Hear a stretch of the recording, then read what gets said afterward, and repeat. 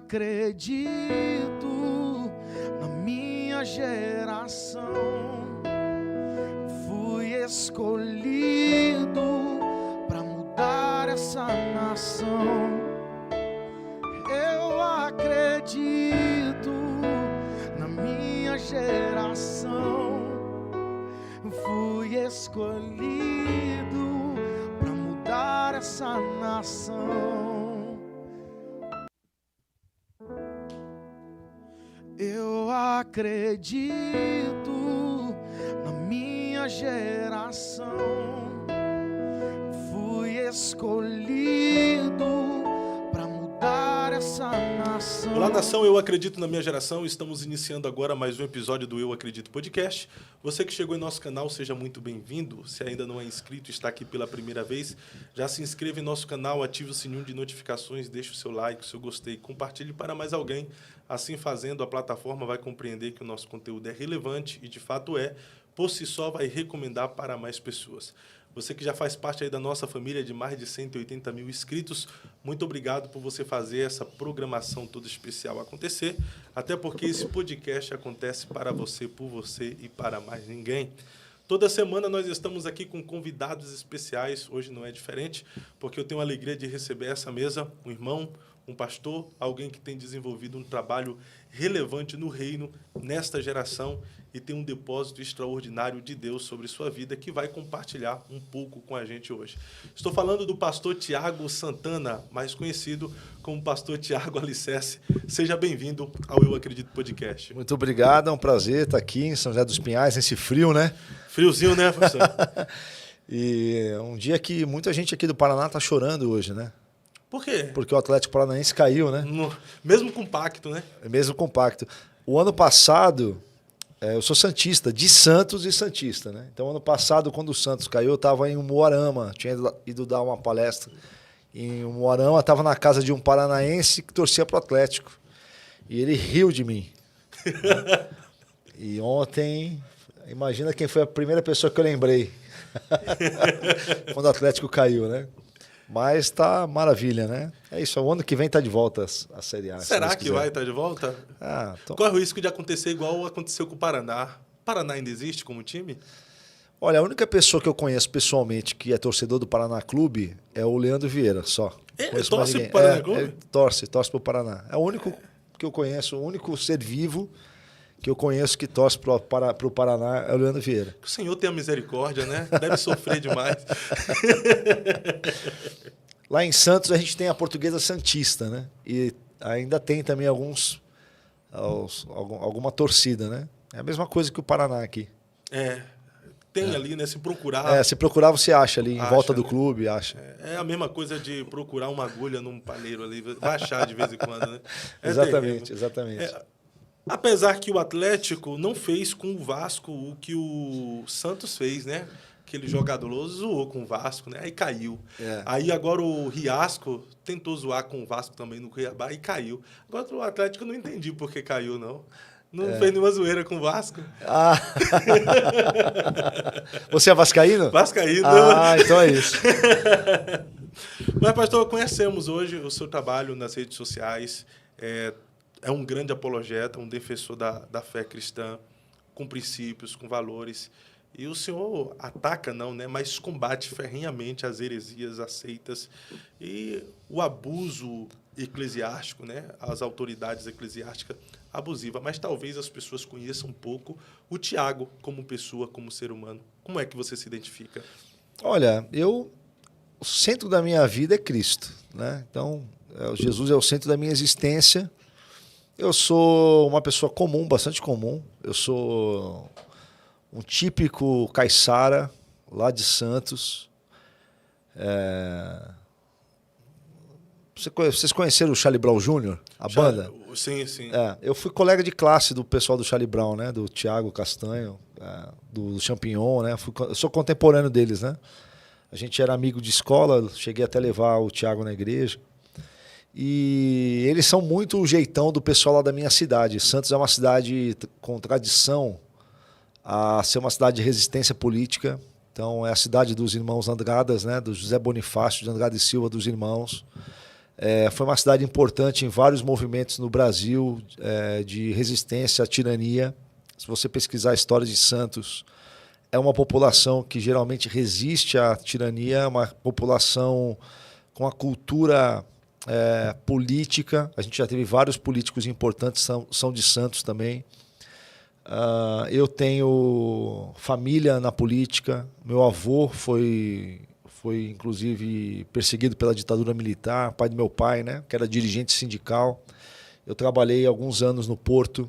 Então a gente tem um pouco do que eu faço tem muito a ver com a cultura da minha cidade, de uma cultura de pessoas de opinião, uma cidade que tem uma população pequena. Santos tem 450 mil habitantes, mas nós somos relevantes na música, na arte, na cultura brasileira, na história, na política, no futebol. Sim.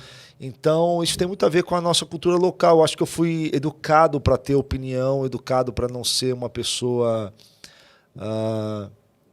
que faz aquilo, faz coisas sendo forçado a fazer. Manipulada. Eu sempre tive por hábito fazer algo se eu entendia ou se fazia sentido para mim. Então, e acho que isso tem muito a ver com a minha personalidade, meu temperamento, a minha atuação na igreja. Isso que eu faço hoje no Instagram, eu já faço há muitos anos. Na verdade, assim, eu já tenho esse olhar. Alguns falam de apologética, mas eu prefiro falar de profético mesmo, de profecia, né? Porque hoje a cultura evangélica associa a profecia à predição do futuro ou a manifestações místicas, né? Mas Sim. quando você olha para a Bíblia, o profeta, ele essencialmente era alguém que confrontava os desvios das autoridades. Então, você pega ali os profetas da Bíblia, todos eles profetizavam contra o templo e contra o palácio. Então, eles denunciavam os erros dos reis e denunciavam os erros do sacerdócio corrompido e de outros profetas. Por isso que muitas vezes eles eram mortos, né? E eram assassinados. E geralmente eles só eram reconhecidos quando aquilo que eles tinham dito que iria acontecer, porque as profecias dos profetas, elas têm, claro, um componente místico, mas tem também um componente da sabedoria, de quem sabe que isso que está sendo feito agora vai resultar, esse processo aqui vai resultar em tal coisa. Então, muitas das coisas que eles profetizavam era porque eles estavam vendo que aquilo ia acontecer. E eles usavam a linguagem profética, mística. Claro que Deus interferia nisso, eu não tô retirando o aspecto sobrenatural da coisa, mas havia muito da sabedoria deles também, da parte racional e imagética dos profetas, de dizer, olha, isso que vocês estão fazendo vai resultar em tais coisas no futuro. Então, eu acho que um pouco do que eu faço tem muito essa peculiaridade. Eu consigo antever que certos processos que a gente está vivendo na igreja vão resultar em desvios catastróficos lá na frente. Então, me sinto no dever se Deus me deu essa capacidade de enxergar, de analisar, eu me sinto no dever de colocar isso em discussão. Então, eu faço isso há muitos anos. Talvez hoje eu tenha ganho visibilidade por conta das redes sociais que me permitem ter uma plataforma para isso alcançar as pessoas. Porque você, assim como eu, é macaco velho de igreja. Sim. Então, o que acontece no sistemão evangélico? Se você tem uma grande igreja ou se você tem uma denominação, aquilo é uma plataforma. Quem você coloca no púlpito, o povo vai ouvir. Sim. Então, a minha mensagem não é o tipo de mensagem que o dono de uma grande igreja coloca no púlpito, porque algumas coisas que eu digo podem atrapalhar os negócios. Então, eu só consigo dizer o que eu estou dizendo por conta das redes sociais. Se eu dependesse do púlpito das igrejas para dizer o que eu estou dizendo, eu não teria voz.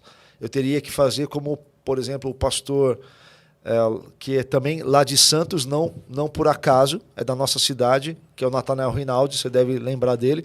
O Nathanael Rinaldi, durante anos no Brasil, editou uma revista chamada A Defesa da Fé.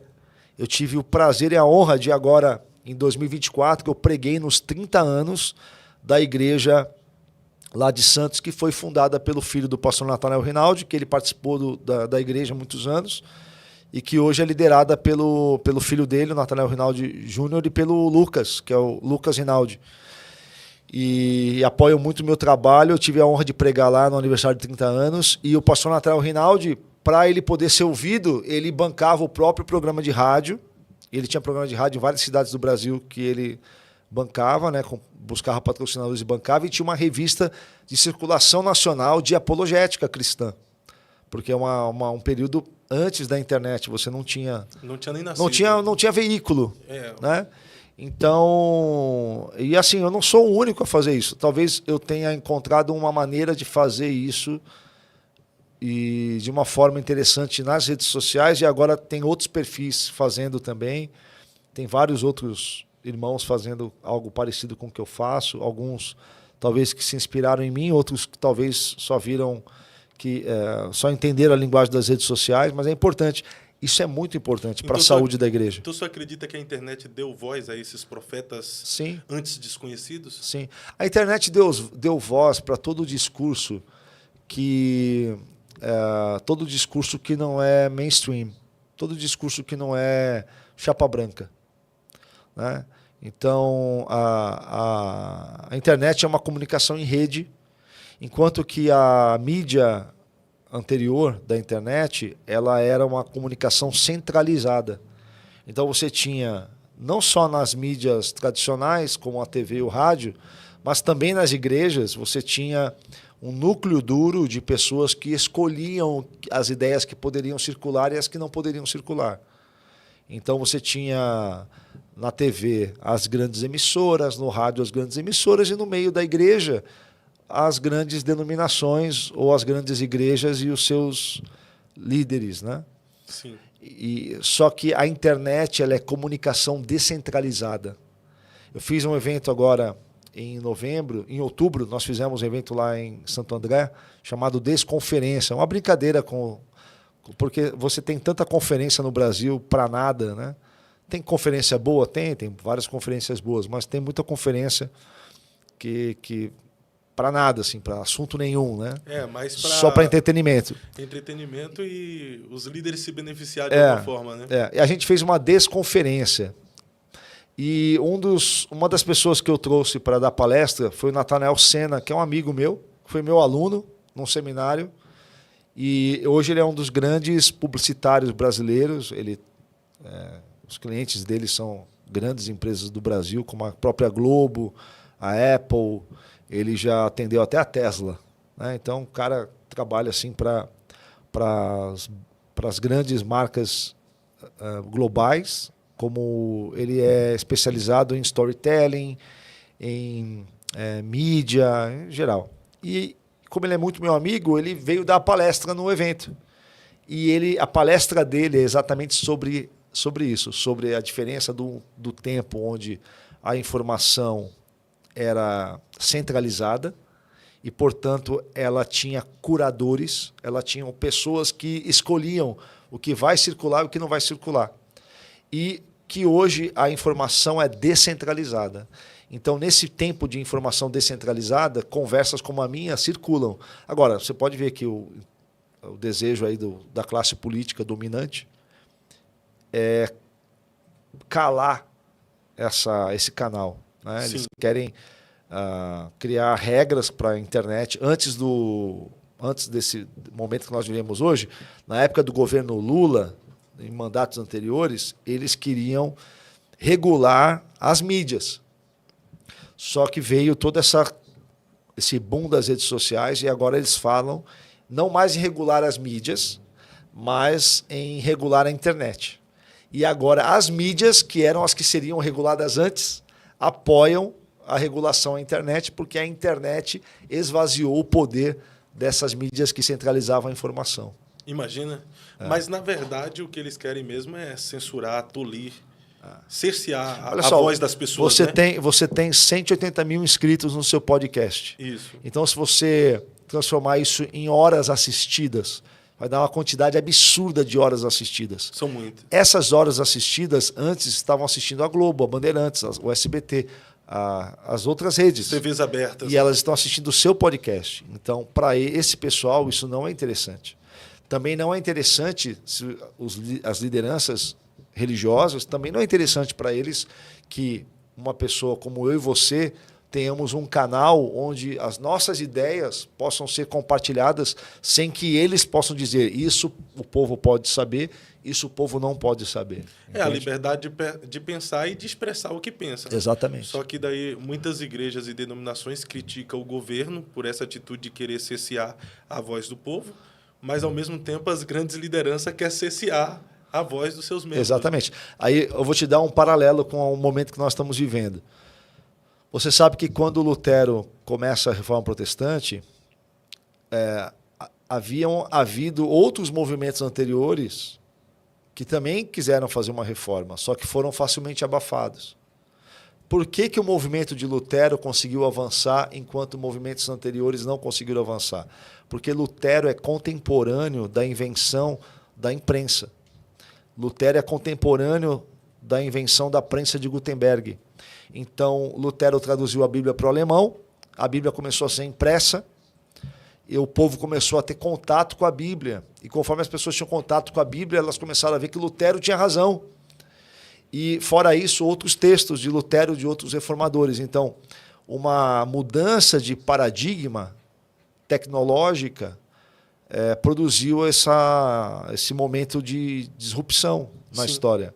E a gente está vivendo a mesma coisa. A gente está vivendo um momento de disrupção porque nós temos um avanço tecnológico que dá informação fácil, barata, na mão do povo. Então, por exemplo, eu faço ali eu escrevo stories do Instagram quase todos os dias. Dá um trabalho escrever, eu gasto horas escrevendo. E é bem organizado seus stories, eu acompanho. E eu escrevo, eles não estão printados no meu banco e eu publico. Eu escrevo. E por que eu escrevo? Porque eu tenho ali, cada story daquele, eu tenho 20 mil, 25, às vezes 30 mil visualizações. Quantos livros vende um best-seller? No Brasil, acho que a pessoa é best-seller com 100 mil cópias de um livro. 100 mil cópias, mas a ideia do best-seller é mais 1 milhão, né? De cópias. Eu acho que não, hein? Não, acho que no Brasil, com 100 mil já é 100 best-seller. mil já é best-seller, se não me engano, até com menos. Então, assim, se eu estou escrevendo quase todos os dias, e cada uma daquelas coisas que eu escrevo ali, 3, 4 parágrafos, eu estou falando com 20, 25, 30 mil pessoas. Então, ao longo de um ano, com quantas pessoas eu me comuniquei? Eu estou sendo chega a milhões, lido como um autor de best-seller. Okay? Então, assim, eu entendo que aquelas informações circulando são muito importantes. Então, você pode ver que poucos perfis no Instagram você vai ter gente tendo o trabalho de escrever como eu escrevo. E organizado. Organizado. Então, tem pessoas que têm... E o legal do Instagram é que fica tudo lá, né? Sim. Os stories ficam lá. Então, mas as pessoas vão printando e enviando, printando e enviando. É porque um story organizado, as pessoas têm prazer de tirar print e compartilhar em grupos de WhatsApp, etc. É como um panfleto, como Sim. se fosse um panfleto. Eu sempre penso, eu estou escrevendo um panfleto, que as pessoas vão compartilhar. É como se fosse a ideia de você fincar teses em posts, em muros. E eu tenho publicações que receberam 80 mil compartilhamentos. É muita 80 gente mil alcançada. compartilhamentos. Ou seja, causa uma revolução. Vai mudando a cabeça de muita gente. Sim, às vezes faz muito barulho em lideranças, né? A sua ideia, o que você pensa, as suas propostas, enfim, causa barulho extraordinário em liderança. Mas o senhor havia comentado aí sobre o ministério profético, eu acho muito interessante, mais uma vez, ressaltar esse assunto. O profeta, então, no Antigo Testamento, nem sempre ele recebia uma mensagem de Deus para alertar o povo. Às vezes ele via o cenário e, conhecendo a verdade, ele vinha e alertava o povo sem Deus simplesmente direcioná-lo a isso? Profetas, eles eram místicos, todos eles eram místicos, né? Mas eles também eram críticos sociais. E eles eram pessoas muito inteligentes. Todos os textos dos profetas foram muito bem escritos. Até os menores ali, Amós, Obadias, foram muito bem escritos e todos os profetas causaram mudanças religiosas e sociais. Por isso que os livros deles sobreviveram às eras e foram incorporados no cânon dos judeus, porque eles se mostraram com o tempo que se tratava de coisas verdadeiras. Você vê, o mesmo povo que matou aqueles profetas foi o povo que depois disse, não, esse livro aqui, a gente precisa tornar ele sagrado. Né? Então, o profeta ele tinha esse olhar. Você vê, por exemplo, a experiência de Natã com Davi. Sim. Né? Então, assim, Davi peca com Batseba, né? Manda matar Urias, que era um dos seus valentes ali, era um dos homens de confiança, um dos homens que tinham dado sangue por Davi. Né?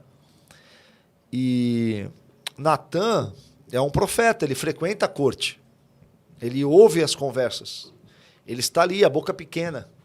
Você imagina uma corte, Davi está pegando a mulher do Urias está na guerra, as pessoas estão enxergando essa... Não é uma coisa altamente secreta que ninguém vê, todo mundo está vendo ali, tem o palácio, ela é uma mulher bonita, ela entra, ela sai, tem pessoas Davi que trabalham. Entra e sai. Então, no texto bíblico, a gente vê Natã indo lá para Davi falando. Né? Mas, se você se colocando no cenário, você vai imaginar que Natã ele está ali observando, ele está colhendo informações, ele está enxergando. E ali ele, como um profeta, ele precisa, inspirado por Deus, saber falar aquilo que ele tem para dizer de maneira que traga um resultado. Então, o profeta nem sempre é alguém que recebe uma mensagem pronta do céu, mas o profeta é alguém que tem uma sensibilidade de enxergar o que está acontecendo em volta dele e transformar aquilo numa mensagem. Você quer ver uma coisa, por exemplo? Hoje se fala muito em ato profético, né? Certo. Porque o ato profético, que é praticado hoje no neopentecostalismo, ele é um feitiço. Não é o ato profético que existe na Bíblia. O ato profético de hoje é, por exemplo, eu estou aqui contigo e aí eu quero dizer, não, você vai ser muito abençoado, eu pego essa garrafa e digo, não, você quer ser abençoado? Então dá aqui tuas mãos, molha, sei lá, faça um saravá aqui, gospel, molha as tuas mãos, pronto, você vai ser abençoado. Então, para o neopentecostal, é a manipulação do artefato místico que produz o cumprimento futuro daquela profecia ou daquele feitiço. É uma decreto, é uma coisa fetichista, né? Que fetichismo é aquilo que é relativo ao feitiço. No Antigo Testamento, não. No Antigo Testamento, esses atos que os profetas faziam, eles eram encenações pedagógicas. Eles tinham uma mensagem para trazer. E aí eles tinham uma forma de explicar aquilo que eles queriam comunicar. Então eles criavam ali aquela demonstração do que estava acontecendo. É uma coisa didático-pedagógica. Não era aquilo que produzia o efeito. Aquilo só estava comunicando. Perfeito. É diferente do que é praticado e entendido hoje. Porque hoje a gente pratica e entende. A gente, eu digo, parte dos evangélicos, muito influenciado pelo sincretismo religioso. Nós somos brasileiros. Né? Você foi católico na infância? Não, não fui. Eu nasci católico. Fui batizado na igreja católica quando eu nasci. Mas eu era o católico bem do Brasil. Domingo na missa, quarta-feira no terreiro. Né? Ia para o outro lado. Então, no Brasil, você tem muito isso, o sincretismo religioso. Né? Tanto é que a gente tem aqui no Brasil as candombléias, que é a mistura de candomblé com assembleia. Né? Então, tem a gente tem os macumbélicos, né, que é a mistura de macumbeiro com evangélico. Aí tem aqueles que se declaram espírita, só que você fala, você é espírita? Mas eu frequento a igreja católica. Ele se declara espírita porque, ao mesmo tempo que ele frequenta a igreja católica, ele vai no terreiro, vai na Umbanda, Quimbanda, enfim. Então, ele não se denomina como cristão, prefere se denominar como espírita. Né? Exatamente. Então, isso é algo típico da cultura brasileira. Né? O Gilberto Freire, naquele livro Casagrande Senzala, que é o marco do início da sociologia brasileira, ele explica isso, que a grande característica cultural que distingue o povo brasileiro de outros povos como nós não temos como nós não herdamos a cultura dos povos originais que habitavam aqui, a América do Sul, nós temos esse caldo cultural, né, que mistura a pagelança dos índios que viviam aqui com as religiões de origem africana, com a religião católica europeia, principalmente a expressão portuguesa, né, que o português é um católico místico. Já é. Né? Já é, por natureza, um católico místico, mais do que outras tradições católicas. Então a gente herdou a mistura disso, que é o sincretismo religioso. E isso permeia também a igreja evangélica bastante. Bastante. Principalmente o neopentecostalismo. Principalmente parte do pentecostalismo, porque você vê, dentro das Assembleias de Deus, você tem um movimento muito forte teológico de resistência a essa contaminação sincrética. Sim. Dentro das assembleias. Você deve conhecer, existem vários teólogos assembleianos, né, que são contra essa mistura. Totalmente. Que é o que é chamado de reteté. Eu sou assembleiano, sou da Assembleia de Deus. A resistência é contra o modismo, né? É contra as invenções hoje, o sincretismo religioso, contra as bizarrices. Nós defendemos o pentecostalismo clássico, Sim. o credo, orar em línguas, mas tudo com equilíbrio, dentro do racionalismo bíblico, por exemplo, racional. Eu conheço as 16 declarações fundamentais da Assembleia de Deus, mas você pega o crente reteté, ele não conhece. Se você perguntar, você é evangélico? Sou. Qual a sua igreja? Assembleia de Deus. Mas ele está numa Assembleia de Deus, às vezes que é até de alguma convenção, mas que está ali bem periférica, que não está ligado. Porque a Assembleia de Deus, muita gente não sabe, mas a Assembleia de Deus é uma igreja que sempre teve tradição de ensino bíblico. Sim. Desde Daniel Berg e Gunnar Wingre, quando chegaram, exatamente. Teve essa Escola dominical. Assim, por exemplo, todas as pessoas que eu conheci que sabiam muito grego e hebraico eram assembleanos. Sim. Né? A Assembleia de Deus se levantou no Brasil grandes mestres, né? Sim, exatamente. Antônio Gilberto, Cláudio Honor de Andrade. Nós temos ainda em vida o pastor Elienay Cabral, que é um grande mestre. Enfim, zelamos por uma pregação pentecostal, mas com conhecimento. Exatamente. Se pegar um pentecostal clássico, ele não vai ser aquele pregador que vai rosnar no microfone sem um conhecimento bíblico, sem um conteúdo. Sim. Só que a Assembleia de Deus cresceu muito e da Assembleia de Deus veio outras assembleias que não tem nada a ver com a Assembleia de Deus tradicional. Exatamente. E aí você tem... E aí o que acontece? Eu estou na internet e eu estou falando certas coisas que eu estou falando. Para uma pessoa que não entende aquilo que a gente está conversando aqui, por exemplo, o que eu estou explicando sobre os profetas, ela vai dizer, esse cara está falando mal da igreja, esse cara está perseguindo a igreja, esse cara ele é contra a igreja. Ela não entende que, biblicamente, existe uma tradição que remonta o período anterior ao Novo Testamento, de pessoas que eram levantadas por Deus para apontar e dizer, opa, aqui está desviado. Aqui está desviado. E geralmente, estas pessoas, com raras exceções, você tem exceção, por exemplo, de Isaías, né? Mas vários dos profetas, você pega Elias nem judeu ele era tesbita. Tisbeno. Né? Então ele não era nem judeu, mas ele estava ali profetizando.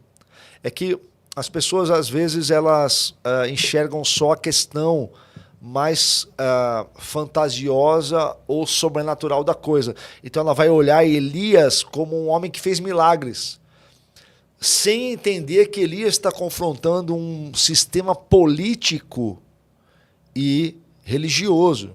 Porque quando Elias enfrenta Acabe e Jezabel, ele não está só fazendo milagre, trazendo fogo do céu. Não é essa a história. Os sinais sobrenaturais, eles estão ali para validar a verdadeira história, que é o quê? Um homem do povo, um estrangeiro, um homem que não era nobre, que não era ninguém. Desconhecido até então, se levanta com coragem, porque não tinha ninguém com coragem de fazer isso, onde deveria ter gente com obrigação de fazer. tinha os profetas, né? Tinha os profetas oficiais que se assentavam na mesa de Acabe e de Jezabel, que estavam calados, cooptados e comprados. E aí Deus vai ter que levantar um tesbita. Mas ele vem com palavras e vem não só com profecias e sobrenatural, mas vem também com muita inteligência, com muita sabedoria e confronta um sistema religioso, sim, espiritual, sim, mas principalmente um sistema político e social, porque aquele sistema oprimia o povo.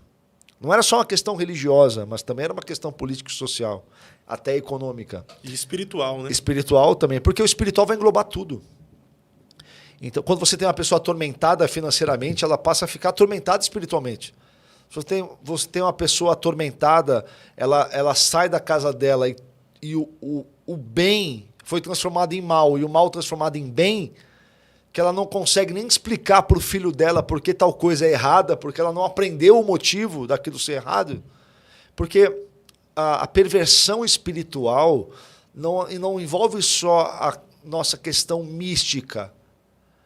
Eu sinto uma opressão espiritual. Não. A perversão espiritual envolve a subversão do simbólico, a subversão do sagrado, a subversão do campo das ideias. Então imagina hoje, por exemplo, a nossa sociedade. Se a gente não tivesse dos dois lados do espectro político pessoas posicionadas para estabelecer um limite para o avanço daquilo que é errado e podre no espectro político contrário. Você teria, em poucos anos, uma sociedade que teria revertido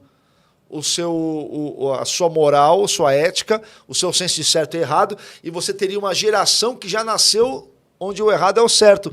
Para essa geração que nasce onde o errado é o certo, como é que ela discerne o que é bom, o que é bem, o que é certo? Ela fica sem discernimento. Fica sem discernimento, porque é uma confusão espiritual em todo o campo. Não só no campo místico, religioso, então, mas os símbolos são pervertidos, a noção do certo e errado, a moral, a ética, as ideias, então, o ideário. O relativismo não é só no âmbito físico, é espiritual também. Também, completamente. Completamente. Porque o espiritual não é só aquilo que é imaterial, mas o imaterial de outra natureza. Porque, olha só, vou explicar. Se eu falar para você assim, um anjo é um ser espiritual, você vai dizer, ok, sim, um anjo é um ser espiritual. Uhum. Porque a gente está falando de um ser de outra natureza, de outro estado de existência, correto? Certo. O anjo não nasceu nessa terra, ele não vive debaixo das nossas leis da física, não é verdade? Um anjo é um ente de outra natureza, de outro estado de existência. Um ser celestial. Um ser celestial, ele é um ser de um outro estado dimensional. Aí a gente pode usar termos da nossa linguagem dentro do nosso campo semântico, né, para explicar o que é um anjo, ok? Mas existem outras coisas imateriais que são espirituais também, embora não sejam de outra natureza ou não sejam de outro estado de existência. Vou te dar um exemplo. O nosso inconsciente. O inconsciente coletivo. Então, você começa a ter, por exemplo, notícias o tempo inteiro falando, olha, crise econômica, possibilidade de guerra, isso e aquilo. As pessoas vão ficando pessoalmente com medo, apavoradas, temerosas. Isso começa a produzir emanação psíquica. A gente começa a olhar um para o outro e nós temos vários sentidos que são inconscientes, por exemplo, os nossos feromônios, a nossa leitura de expressões faciais, a própria energia que eu digo social, a gente vai sentindo que as coisas estão estranhas, que as pessoas estão mais nervosas, mais temerosas, mais preocupadas. Isso não acontece toda vez que começa uma evolução política, uma evolução social. Não é assim que acontecem os movimentos políticos. Não foi assim quando, em 2013, 2014, o povo começou a ir para a rua, se manifestar, ninguém sabia direito o porquê. Uhum. Isso também é espiritual. Em outros contextos gera pânico, né? Exatamente. Pandemia, por exemplo. Exatamente. Só falando de morte onde você ia, gerava pânico. Mas é um poder espiritual, nesse caso, que não é só de outra natureza. É imaterial. Perfeito. Mas é imaterial, mas é um fenômeno psíquico da nossa humanidade, da nossa própria emanação coletiva humana. Então, há o espiritual, que tem a ver com seres de outra natureza e outro estado de existência. Mas também há o espiritual, que tem a ver com as nossas próprias emanações psíquicas, inconscientes, hormonais, feromoniais e por aí vai, entende? Que são coisas que a humanidade começou a entender um pouco mais de 100 anos para cá. Não Agora, existe, praticamente. praticamente. Né? Então, quando a gente fala de tal coisa é espiritual, para um crente sem muito repertório bíblico e também filosófico, de outros campos do conhecimento, para ele o termo espiritual só se refere ao que é imaterial de outra natureza, ele ignora o imaterial dessa natureza. Sim. Entende? Então é algo muito complexo que a gente ainda está engatinhando para entender. Que geralmente as pessoas, quando se fala espiritual, ou é anjo enviado por Deus ou é demônio. Ou anjo ou demônio, exatamente. Entende? Só associa a esses dois seres. Mas não aquilo que é material, que ao mesmo tempo se revela de forma espiritual. Exatamente. Então, por que Paulo usa, em Efésios 6,12, os termos que Paulo usa para falar das forças espirituais são os termos da hierarquia terrena? Que ele vai dizer assim: a nossa luta não é contra o sangue nem contra a carne, mas contra os principados, potestades, contra as forças espirituais da maldade, contra os dominadores desse mundo tenebroso. Ele está falando de espíritos, de seres de outra natureza? Não. Não, está. Ele está falando de seres, mas numa linguagem entendível, né? Também, porque ele sabe que estes seres manipulam os fenômenos e as pessoas que ocupam esses lugares que são da nossa natureza. Então ele sabe também que às vezes um presidente senta numa cadeira, um rei, um governante, e sobre ele há outras energias da pressão, do peso, das pessoas, dos acordos, dos partidos, das bandeiras, entende? Das opiniões, das ideias, das filosofias, e tudo isso também é espiritual. Perfeito. Entende? Entendendo isso, então o profeta ele tem autonomia para visualizar... Sensibilidade, não necessariamente uma sensibilidade espiritual entre anjos ou demônios. Mas essa é imprescindível, mas ele consegue enxergar o que essa interfere nessa aqui. O espiritual interfere na vida física. Vou te falar uma coisa. O presidente de uma igreja, digamos, o presidente de uma grande denominação, ele, de uma forma análoga, ele tem as mesmas pressões, numa escala menor, de um presidente de um pequeno país, sim ou não? Sim. Ele tem poder para... Por exemplo, o presidente de uma denominação, ele não tem poder para deixar uma pessoa com a vida melhor e outra com a vida pior? Tem. Você é assembleano, você nunca viu uma pessoa ser retirada de um campo próspero porque ele não rezava na cartilha do chefe? Já. E ele foi jogado num campo difícil, e aquele que estava no campo difícil, que não merecia, que não vale nada, mas porque ele sabe ele sabe bajular bem quem comanda essas peças no xadrez, vai e é colocado num campo, vamos dizer assim, mais confortável? Sim. Então, isso aqui é o trabalho dos principados e das potestades. Entende? O ser humano que tem esse poder de comandar essas peças, de fazer da vida alheia esse tabuleiro de xadrez, ele não é só um ente natural. Porque ele está sobrecarregado de toda outra gama de energias, pensamentos, sensações, acordos, conchavos, ideias, filosofias, cultura, sentimentos, emoções, expectativas. Entende? Então...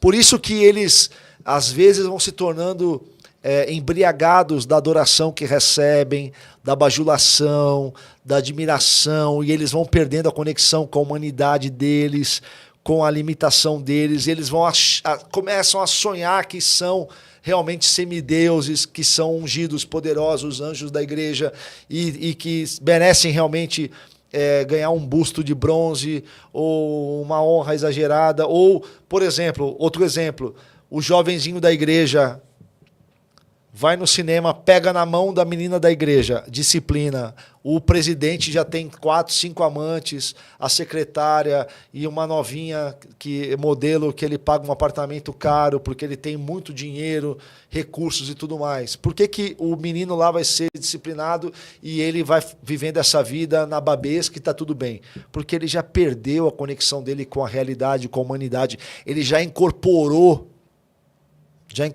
o principado, a potestade. Ele já não é mais. Ele é sem ser. E ele sem ser é. Deixou de ser um homem de Deus para ser um tirano. Exatamente. Ele incorporou esse aspecto espiritual do cargo, do papel que ele exerce, que já não é mais ele, mas todas as forças que operam nele, às vezes contra a vontade dele e às vezes para tornar o que ele está fazendo possível. Entende? Isso aí é até entendível, porque quando um homem já não está mais cheio de Deus e não se deixa ser direcionado por Deus, se existem só 2 forças no mundo, a força do bem e a do mal, a força de Deus e a força do diabo, quando ele não está sendo mais direcionado por Deus, ele está sendo direcionado pelo diabo. E uma coisa que nós precisamos compreender é que o diabo ele age muito mais na sutileza, mais de forma sutil do que necessariamente de forma franca e aberta. Não pense que o camarada que está lá sentado num palácio, governando uma nação com um arsenal militar, não pensa que ele senta numa mesa e conversa com Satanás. Claro que não. Mas Satanás opera num homem como esse, opera de forma sutil, entende? Com todas essas forças que operam, que não são materiais, que é a opinião pública, que é o peso dos acordos antigos que ele fez, as ideias que ele defende, a ideologia que colocou ele ali, todas essas forças também são espirituais, porque são ideias, são espíritos, são pneumas. O que é a palavra espírito, né? Em grego, pneuma, vem da força que impulsiona, daí que vem a palavra pneumática, ou pneu de carro. É o que impulsiona, o que te empurra. Então, nem sempre você falar que tal coisa é espiritual significa que ela é um espírito no sentido de que ela é um ente de outra natureza e outro estado de existência. Às vezes um espírito é só uma força que te empurra. É uma força ativa, né? Tem uma palavra muito interessante na filosofia alemã. Você sabe que os maiores filósofos são alemães? Não, Sabe por quê? Porque a língua alemã é muito rica. Eles possuem muitas palavras que outros idiomas não possuem. Então, por exemplo, na língua alemã tem uma palavra chamada Zeitgeist, que os filósofos usam bastante, que é uma palavra que significa o espírito da época. Então, assim, esse vento que impulsiona a sociedade, as pessoas para uma ideia, para uma ideologia ou para um tipo de comportamento, uma ideologia eles chamam de Zeitgeist. Tem uma outra palavra, apesar de eu estou em Curitiba, talvez aqui em volta tenha alguém que saiba, mas tem uma palavra também. Tem muitas colônias alemãs aqui. Tem uma palavra em alemão também, eu não lembro exatamente como é, mas que ela significa a alegria que você sente quando alguém que você não gosta se ferra. Interessante, hein? Você entende? Então, uma palavra tem todo esse significado. Todo esse significado. Então, por isso que eles são muito bons filósofos, os alemães. Interessante, muito bom. Então, voltando à situação do profeta, o profeta ele tem essa sensibilidade, analisa o cenário e, às vezes, prevê o que vai acontecer. Isso vai dar em tal coisa. Sem Deus dar uma mensagem, que foi o caso de Elias, chega diante de Acabe e fala, segundo a minha palavra, não chove mais em Israel, porque Deus queria tratar então com o rei. Então, hoje o senhor se considera, nesse contexto de ter um ministério profético? Eu acredito que o que eu faço é muito mais relacionado à profecia do que à apologética. Não é uma defesa, é mais uma profecia. Para mim, todo apologeta e todo polemista, ele é um profeta. Sim. É um profeta. Faz as pessoas pensar, desperta faz as pessoas pensarem, ensina, adverte com relação a onde isso vai parar. Né? Não sei se você já é crente há muitos anos? Tem 16 anos. 16 anos, tá. Então, o que eu vou falar é anterior a você se converter. Eu cresci na igreja, então eu passei... Minha adolescência foi nos anos 90. nos anos 90, a principal referência evangélica disparado era o Caio Fábio. Caio Fábio. Eu me converti depois, mas eu consumi muito conteúdo do Caio. Então, assim, quando eu tinha 13, 14 anos, eu fui presbiteriano até 14 anos, depois eu fui pentecostal. Conseguiu se libertar da presbiteriana? É assim, ó, eu cresci na igreja presbiteriana porque meus tios eram presbiterianos, de uma igreja bem tradicional lá de Santos, chamada Jardim de Oração. E minha mãe se converteu quando o meu irmão do meio teve um acidente, ele foi atropelado, ele tinha 5 anos, ele foi atropelado, minha mãe fez um voto no hospital, e dizendo assim, ó, se meu filho sobreviver, eu vou para a igreja dos meus irmãos. E meus tios eram da igreja presbiteriana Jardim de Oração, no bairro do Gonzaga, em Santos. E aí nós fomos para essa igreja. Eu tinha 6 anos de idade, aceitei a Jesus na classinha da escola dominical, fui membro da UCP, depois da UPA, né, que é a União Presbiteriana de Crianças e Adolescentes. Quando eu tinha 14 anos de idade, minha mãe foi para uma igreja pentecostal, porque esse meu irmão, que foi atropelado, ele já tinha nascido deficiente físico, ele nasceu com hidrocefalia e mielomeningocele. Então ele tinha vários problemas de saúde, passava por muitas cirurgias. Hoje ele está muito bem, trabalha, é casado, tem uma vida muito boa, mas ele teve muitos problemas na infância, teve que praticamente a infância inteira e a adolescência do meu irmão foi no hospital, passando por cirurgias, para ele poder ter a vida hoje bem assim... O Senhor fez um milagre na vida dele. Sim, então. sim. E aí o que acontece? Mas o meu irmão, ele usava uma válvula na cabeça e aquilo incomodava muito ele e aquilo trazia alguns transtornos, porque a válvula fazia o controle do líquido da espinha aqui para não acumular na cabeça, porque é o que acontece com quem tem hidrocefalia. Hoje essa válvula é comum, as crianças que nascem com hidro automaticamente recebem a válvula. Quando o meu irmão recebeu a válvula, o meu irmão tem 45 ou 46 anos, quando ele recebeu a válvula, era uma inovação tecnológica. Ele foi uma das primeiras crianças no Brasil a receber isso. Tanto é que meu irmão foi um dos primeiros pacientes da ACD. Sabe a ACD, que é bem conhecida pelo Teleton?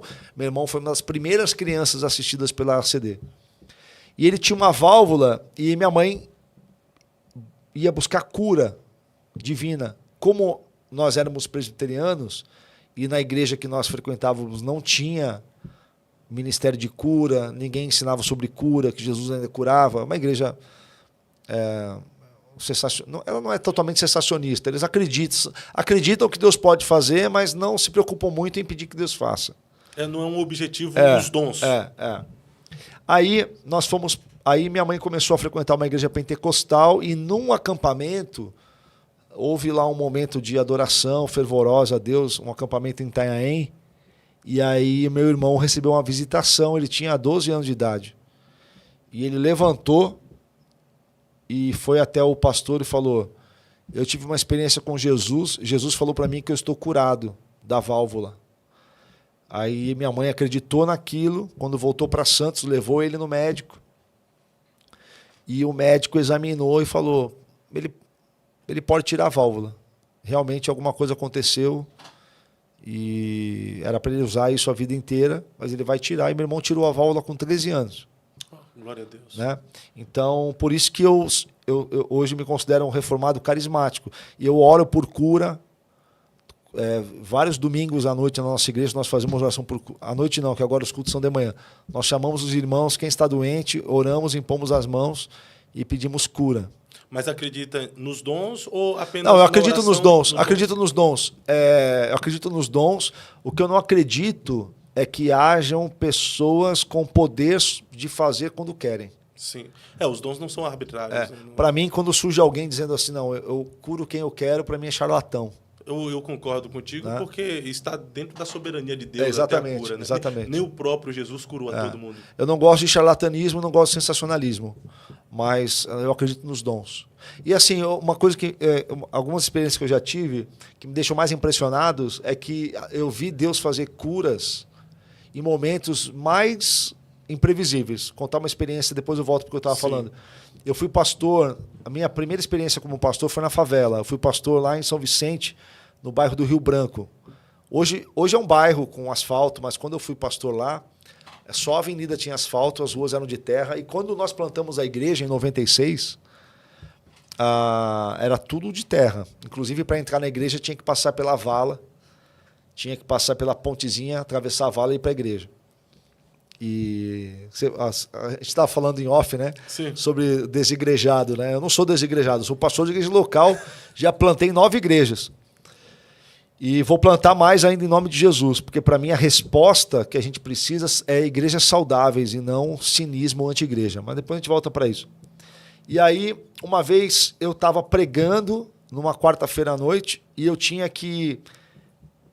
A igreja que eu pregava no Rio Branco, ela era congregação e tinha uma sede em Santos. E eu tinha algum compromisso na sede que eu tinha que acabar o culto um pouco mais cedo para dar tempo de eu chegar ainda na sede, na reunião, não lembro o que era. E uma irmã veio pedir oração e ela disse assim, pastor, eu vou fazer um exame no meio da semana e eu quero oração. E eu estava com pressa. E eu coloquei as mãos nela e eu falei, Senhor, abençoe essa irmã em nome de Jesus, abençoe o exame dela, se tem alguma enfermidade, que o Senhor cure em nome de Jesus. Amém, irmã? Amém. Irmã, eu preciso correr porque eu tenho compromisso em Santos. Mas Deus te abençoe, pode me ligar, qualquer coisa, estou à disposição. Amém? Amém. Então, assim, foi uma oração rápida. Sim. Né? Pá, pum. Vamos lá. Quase, como é que chama? Linha de produção. Rapidinho. Né? E fui embora. Quando passou lá, não sei se na semana ou na outra semana, a irmã veio testemunhar na igreja. Pastor, eu queria contar o testemunho. Pode contar, irmã. Ela chegou e falou assim, olha, eu tinha 6 nódulos no pulmão, ou tumores, não sei exatamente o termo que ela usou. E eu fui fazer os exames para marcar a cirurgia. Quando eu fiz o exame na quarta-feira, nós oramos na semana, no culto de quarta-feira. Quando eu fiz o exame, deu que tinha tudo sumido. Nós oramos aqui na igreja e sumiu todos os tumores. E aí eu fiquei impactado. Aí eu cheguei para a igreja e falei, gente, isso aqui é uma prova de que quem cura é Jesus Cristo. Porque eu estava num dia apressado, eu nem fiz uma oração muito fervorosa. Eu orei com fé? Orei, porque a minha fé está baseada no nome que eu invoco, não em mim, não é meu poder. Porque um dos erros hoje da religião evangélica é depositar no pregador a unção, entende? Então, eu sou um ungido e eu fiz o milagre, me honre. É quase que como se dissesse, me adore. Sim. Entende? Só que Jesus não ensinou a gente assim. Jesus ensinou a orar em nome dele. Se é para orar em nome dele, quem é ungido? É ele. Por isso que João diz, vós tendes a unção que vem do santo, que é o próprio Espírito Santo. Então o crente não tem uma unção própria. Nós temos dons e vocações, mas a nossa unção é o próprio Espírito que foi dado por Jesus, que é o Espírito de Jesus. O Espírito que opera em nós. Né? Exatamente. Vós tendes a unção que vem do Santo. Quando Jesus disse, recebereis poder ao descer sobre vós o Espírito Santo, sereis minhas testemunhas, ele está dizendo assim, olha, eu vou dar para vocês o Espírito Santo e vocês vão ser minhas testemunhas. Mas eu dei o Espírito Santo. É por isso que é em nome de Jesus que nós oramos. Então não é sobre mim, é sobre ele. Não é sobre nós. Né? Sobre ele. Então eu cheguei para a igreja e disse, quem curou essa irmã foi Jesus Cristo, porque eu, Tiago, pastor, eu fiz uma oração rápida. Orei com fé, orei o que a Bíblia ensina. E ela foi curada porque ela creu e porque Deus quis curá-la, porque Jesus quis curá-la. Mas Deus faz esses milagres. Faz, claro que faz. É claro que hoje diminuiu os testemunhos de milagres extraordinários que acontecia no passado. Até por causa da internet, né? Por causa da Porque internet. hoje, se o camarada estiver mentindo, ele vai ser facilmente desmentido. Mas eu acredito que antes não havia tanta mentira, manipulação para os milagres como há hoje, sabe? Existiam homens muito piedosos, mulheres piedosas, sim, acredito. que buscavam muito a Deus. Sim. Para ter esse empoderamento pelo Espírito Santo e operar essas maravilhas. Só que hoje é uma manipulação, tem gente que finge milagres, tem gente que revela CPF, mas através de aplicativos. Exatamente. Existe uma banalização dos dons, né? E veja só, quando eu vou na internet e exponho esse tipo de pilantragem, e vou te dar um corte interessante agora. Que eu fiz uma campanha no meu Instagram. E eu vou repetir aqui. Quem estiver assistindo, qualquer profeta que revela CPF, RG, número de processo, nome de pessoas que estão no público, qualquer um deles, eu desafio, eu alugo um salão de hotel, coloco 30 pessoas lá dentro, só que nós vamos revistar. Ninguém vai entrar com nenhum dispositivo eletrônico. E o profeta vai entrar sozinho, sem ninguém da equipe dele. E ele vai ficar lá o dia inteiro. O dia inteiro. Ele pode revelar o nome de alguém, o CPF de alguém, o RG de alguém, algum processo de alguém. Se ele fizer isso, eu fecho o meu Instagram. Nunca mais eu faço apologética. E eu ainda me desloco uma vez por mês, durante 3 anos, para a igreja desse profeta, para servi-lo durante uma ministração. Fico trocando a água, trocando a toalha, levando o chofar, o talite, o que quiser. Eu já fiz esse desafio publicamente, estou repetindo. Por quê? Porque, por coincidência, depois que inventaram reconhecimento facial, aplicativo de pesquisa judiciária e um monte de coisas, ponto eletrônico minúsculo, começaram a surgir profetas que revelam CPF, RG e documentação. Tem uma igreja em Campo Grande, obviamente que eu não vou falar o nome aqui, mas uma das pessoas da empresa que instalou toda a tecnologia de detecção facial na igreja me chamou e falou assim: Tiago, depois que nós instalamos, o pastor começou a dar CPF, RG. A pergunta que fica, né? Eles pegam as placas dos carros que estão no estacionamento da igreja, fazem a pesquisa, tem várias técnicas. Mas você acredita em profecia, revelação? Acredito. De Deus? Acredito, de Deus? acredito. Assim, só vale mesmo se revelar CPF, RG, processo? É que assim, olha, tem uma coisa interessante, né? Porque a Bíblia, ela é muito clara em algumas coisas. Então, assim, a Bíblia vai falar da profecia? Vai. Tá lá, 1 Coríntios 14, né? Que a gente pode profetizar. Paulo está ensinando ali. Eu não sou sensacionista. É o dom de profecia, né? Para mim, o sensacionismo é uma heresia porque não está na Bíblia. Não cessou, continua. Para mim, eu sou continuista. Agora, eu entendo que existe uma diferença muito grande no que os dons, como os dons operavam na igreja primitiva de hoje, por uma série de questões que são culturais. Porque hoje, por exemplo, se surgisse alguém como Paulo e Pedro, se tornaria um espetáculo. Você vê aí os pastores coaches que pregam em estádios cobrando R$300 o ingresso. Imagina se eles fizessem milagres. Então a nossa cultura impede a ação de Deus, porque faltam homens hoje. Qual é o homem hoje que vai ter autoridade para pregar, para fazer milagres sem transformar isso numa indústria? Entende?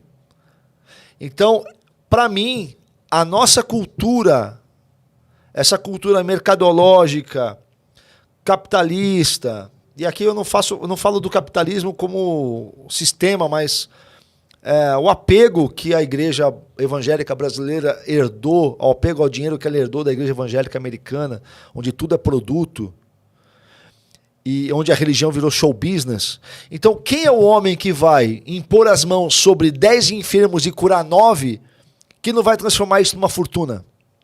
E às vezes não é nem ele. Ou não vai querer influenciar o processo político? Mas às vezes não é nem ele, às vezes o próprio povo Sim. influencia ele a fazer isso, né, pastor?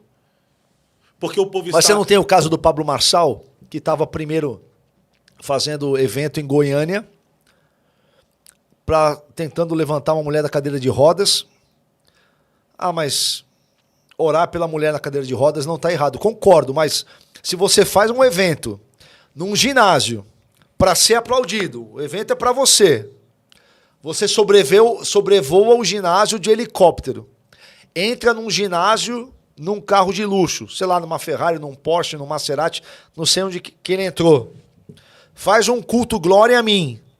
onde o auge do culto é a oração por uma cadeirante, é a prova viva do que eu estou falando. Fato. Quando a gente vai ter um homem que vai fazer milagre e não vai transformar isso num culto a si? Nesse dia vai ter milagre. Nesse dia vai ter milagre. Entende?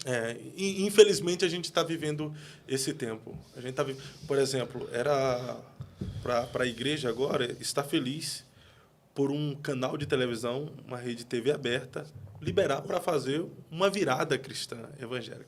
Porém, estão transformando isso até em comércio também, né? Vão lotar estádio, ou seja, tudo é business. Eu vi até o Silas Malafaia agora, indignado, falando sobre isso aí.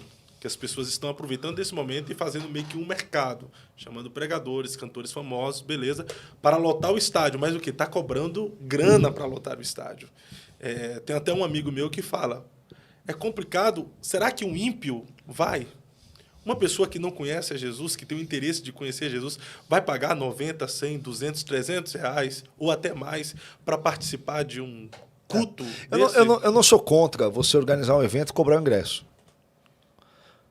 Porque às vezes o evento vai ter custo e tudo mais. Agora, tudo isso é muito... o que eu não gosto é da linguagem espiritual para validar um produto comercial. Entende? É espiritualizar algo comercial. Espiritualizar uma coisa comercial. Então, assim, por exemplo, venha para a conferência de avivamento, vamos adorar, abrir os céus da cidade, R$500 de ingresso. Conferências Céu na Terra. Não, se a gente vai fazer, se o objetivo é fazer avivamento e é trazer o céu, então vamos fazer o mais barato possível, ninguém ganha nada, vamos fazer todo mundo junto, entende?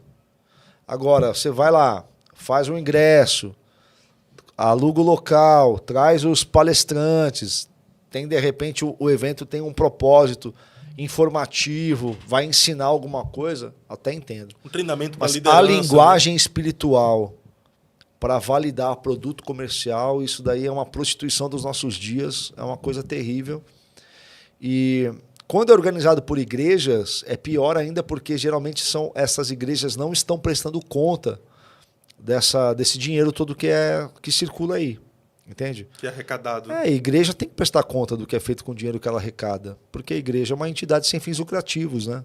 Tem que ter a lei de transparência. Tem que ter transparência.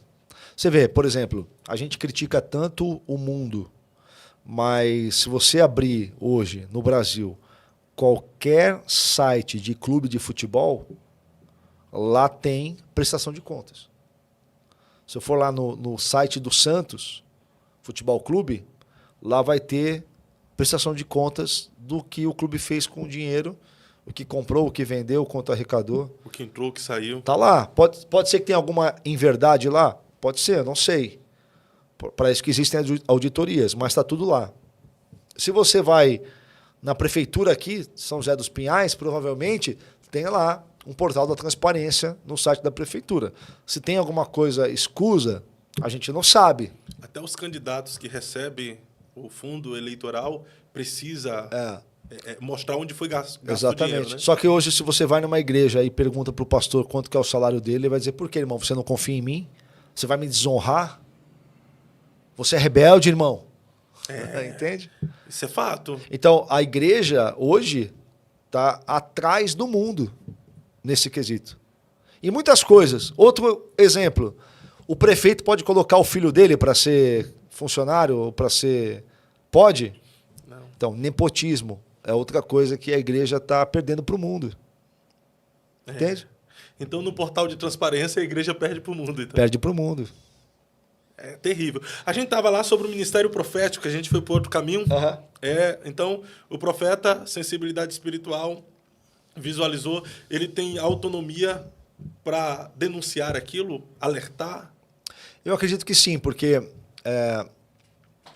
lá, se eu não me engano, é 2 Crônicas que diz, não havendo profecia, o povo se corrompe. Sim.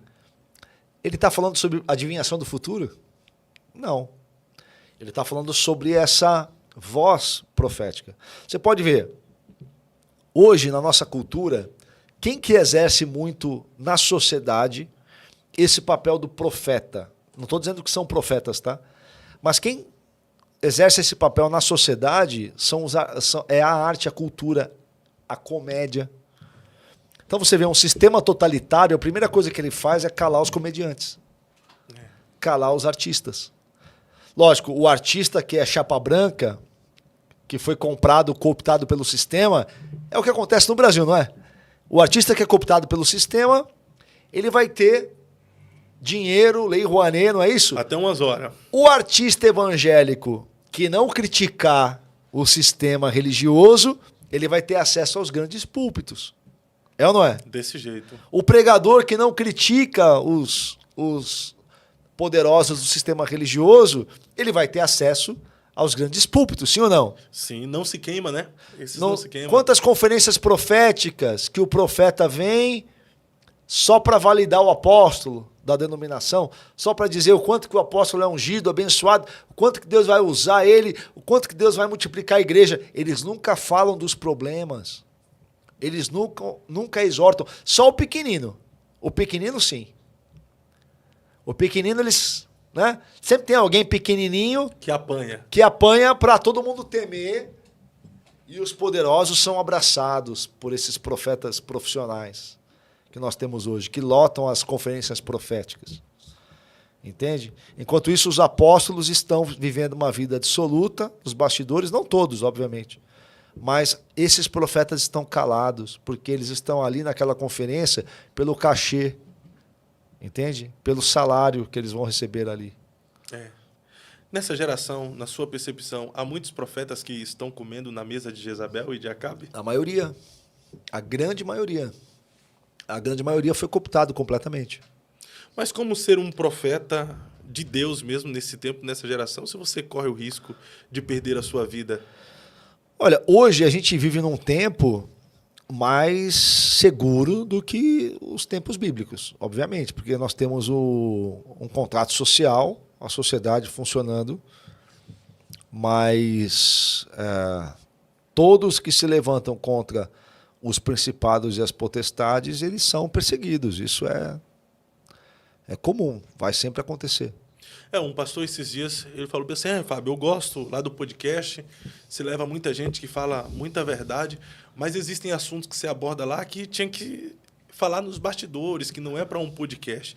A pergunta que eu fico é, se esse cara fala para algumas pessoas do sistema, do ministério, o que ele fala lá na mesa do podcast, ele ficaria vivo? Pois é. Porque eles não permitem, não se permite isso, sabe? O podcast, até o podcast, esse podcast aqui, pelo próprio ministério já não mais existia, porque claro. a gente dá voz, a gente quer ouvir, quer fazer as pessoas pensar. Essa é a ideia. Não é que estamos nos levantando contra o ministério, contra a liderança. Na verdade, eu acredito que o povo ele precisa ter esse despertamento de examinar de tudo e reter o que de fato é bom. Agora, o senhor trabalha muito com isso. Essas denúncias que o senhor faz e alguns outros fazem, até onde é benéfico? Pode ser, em algum momento, prejudicial para o reino e afastar as pessoas de querer conhecer a fé, de querer conhecer o evangelho, de querer conhecer a igreja? Porque, ao mesmo tempo que existem pessoas que falam bem assim, eu acompanho o Tiago porque eu gosto das denúncias que ele faz e isso separa a igreja, santifica a igreja. Mas tem gente que diz, é por isso que eu não vou para a igreja, é por isso que eu me afastei e não quero saber mais de religião. Então, até onde é benéfico e até onde pode ser prejudicial? Olha só, tira o Tiago da história. Esquece que sou eu, tá? Vamos pensar o seguinte. Vamos voltar 2000 anos atrás. Qual que era a religião vigente? Era o judaísmo. Aí você tinha algumas seitas judaicas, os fariseus, né? Os saduceus, você tinha os essênios, que não aparecem nos evangelhos, mas estavam lá. Os zelotes, né? Os zelotes, e você tem ali os escribas, né? As mesmas acusações que fazem sobre mim poderiam fazer sobre Jesus. Por exemplo, Mateus 23. Jesus disse para os fariseus: ai de vós, fariseus, vocês circundam a terra para fazer um prosélito, e quando vocês o fazem, vocês o tornam 2 vezes mais filho do inferno do que vós. Palavras duras de Jesus, né? Sim.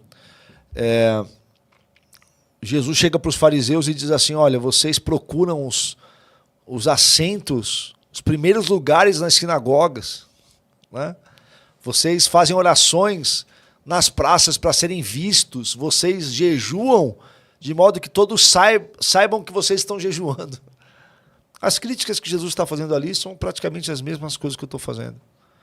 Quando Jesus dizia assim, ouvistes o que foi dito, eu, porém, vos digo. É a mesma coisa. Quando eu digo para alguém, você ouviu o que foi dito, que quem não dá o dízimo vai ser perseguido pelo gafanhoto. Eu, porém, vos digo que o gafanhoto é só um inseto, irmão. Como é que você está acreditando nessa bobagem? Devorador, migrador, pelo amor de Deus.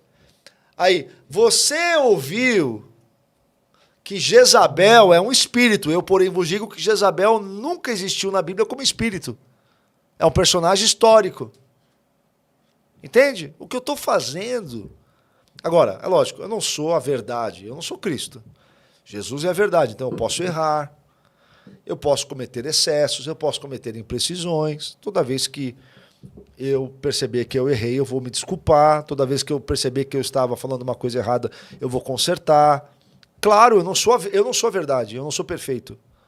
Mas eu tenho que ser íntegro, eu tenho que defender o que eu acredito e eu tenho que defender o que eu acredito e que eu sei que eu tenho embasamento para dizer.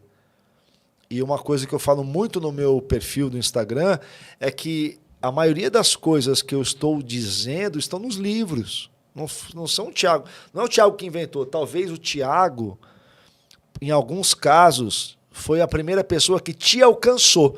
Porque eu estou falando com um público específico, que é o público da onde eu venho. Que é esse público que saiu do pentecostalismo, do neopentecostalismo, da palavra da fé, da teologia da prosperidade. Eu já fui um jovem que gritava, dinheiro, venha! Você já viu? Eu vi. O pessoal fazendo isso hoje? Em 2024, eu fazia isso em 94. Porque eu fui aluno e professor do Seminário Verbo da Vida. O Seminário Verbo da Vida, ele veio lá de Tulsa, Oklahoma. Quem trouxe para o Brasil foi o Buddy Wright, o Thomas Dawson. Eu fui aluno dos dois. O Buddy Wright, que é o fundador da Igreja Verbo da Vida no Brasil, ele dormia no sofá da casa da minha sogra, né? Tem até uma história engraçada, que uma vez a minha esposa ganhou um cachorrinho e a minha esposa era criança. E o Buddy ia dormir na casa do meu sogro, da minha sogra, e o cachorrinho era filhotinho. E eles estavam todos na mesa para jantar, e o cachorrinho subiu na mesa e fez cocô em cima da mesa. Meu Deus do céu.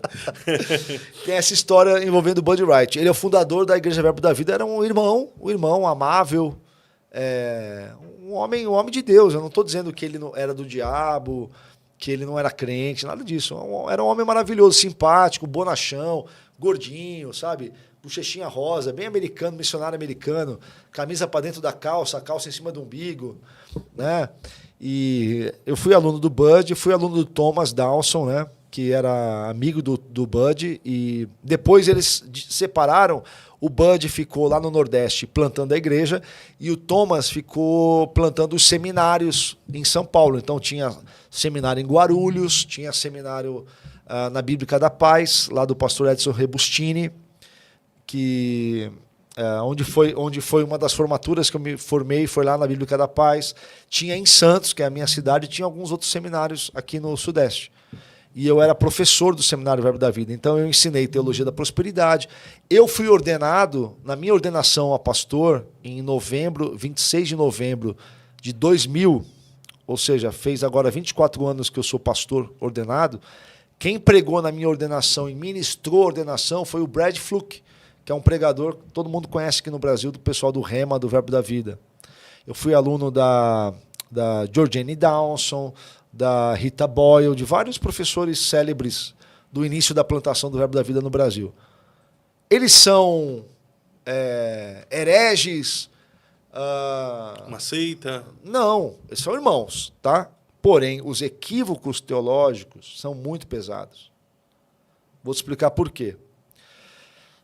No Verbo da Vida, no neopentecostalismo em geral, e no hipercarismatismo, você tem um excesso de triunfalismo.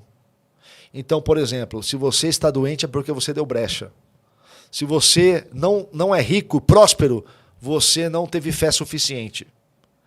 Isso cria um jugo sobre o povo que esmaga. Tem gente que vai ao suicídio, tem gente que vai à depressão, tem gente que questiona a fé, tem gente que abandona a fé. E estas coisas são claramente contra o evangelho. Leva as pessoas a um sentimento de culpa exacerbado. Exatamente, exatamente. Se Jesus advertiu, é mais fácil um rico passar, um camelo entrar... É mais fácil, deixa eu voltar. É mais fácil o camelo passar pelo buraco de uma agulha do que o rico entrar no reino dos céus. É uma palavra de advertência que a riqueza na vida de um homem pode ser um problema? Com certeza. A riqueza pode ser um caminho para você ir para o inferno. Jesus está dizendo, é melhor você ser pobre e ir para o céu, ser salvo, do que você ser rico e ir para o inferno. Então a teologia da prosperidade não é um absoluto na vida do homem. Jesus disse assim, não ajunteis tesouros na terra onde a traça e a ferrugem corrói, onde o ladrão rouba. Ajunteis tesouros no céu, onde a traça e a ferrugem não corroem e o ladrão não rouba. Então Jesus está dizendo assim, olha, uma vida piedosa é mais inteligente do que uma vida materialista. Então, não estou dizendo que dinheiro é do diabo, que crente não pode ter dinheiro, não pode ter riqueza. Não estou dizendo isso. Mas a gente tem que colocar as coisas no lugar. E a teologia da prosperidade tira essas coisas do lugar a ponto de normalizar um pastor gritando na congregação, dinheiro venha a mim agora. Entende? Sim. Então, agora, essas pessoas não são irmãos? Não, são nossos irmãos. Mas estão equivocados teologicamente. E eu, enxergando esse equívoco teológico, tenho obrigação de expor isso. Por quê? Ao expor isso, eu atinjo aquelas pessoas que muitas estavam fracas na fé, desviadas, sem querer congregar, sem esperança com a igreja, e elas dizem, não, peraí, então não é só isso que existe? Existe gente pensando e dizendo que o evangelho não é isso? Ah, então existe igreja que não prega isso? Ah, então eu posso voltar para a igreja. Eu sou, talvez, uma das pessoas no Brasil que mais reigreja desigrejado.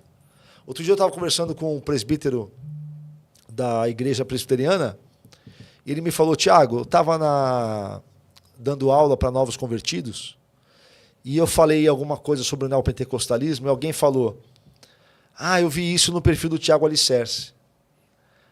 Aí, no que ele falou isso, mais 5 pessoas, as pessoas começaram a dizer, tinha 5 pessoas na classe de novos convertidos, novos membros da igreja desse presbítero, 5 pessoas que foram por conta do meu perfil. Imagina. Porque eu sempre digo, procure uma igreja reformada, procure uma pentecostal clássica, procure uma igreja que tenha uma teologia sólida. Fuja de igrejas onde o líder, o dono, inventa a própria teologia. Sim. Entende? Então, nesse caso, tu não é um desigrejado, Não, né? não, eu sou um reigrejador. Um reigrejador. Porque uma coisa é o camarada desigrejado que fica batendo no sistema, na liderança, fala que todo mundo não presta. Eu nunca falo contra o sistema, eu acho isso uma bobagem. Fala que todo mundo não presta e ele tá fora, então ele é o cara que presta. Não. É assim, ó. Primeira coisa, todo discurso antissistema é tolo. Principalmente quando se refere à igreja. Eu vou te contar uma experiência. Sim. Eu, em 2001, teve um grupo de jovens da minha igreja, quando eu era pastor e líder de jovens, que começaram a ouvir o Caio Fábio na internet, se desligaram lá da igreja que eu era pastor e começaram a serem influenciados pelo Caio Fábio. Assim, o Caio Fábio, para mim, nos anos 90, foi um grande herói. E depois de todas as experiências que ele teve e o retorno dele, para mim, hoje, eu respeito muito o Caio Fábio. Eu acho que ele é um irmão, é uma mente brilhante, um homem inteligente, mas hoje, algumas alguns caminhos que ele escolheu para o que ele acredita, principalmente quando ele relativiza muito a questão moral.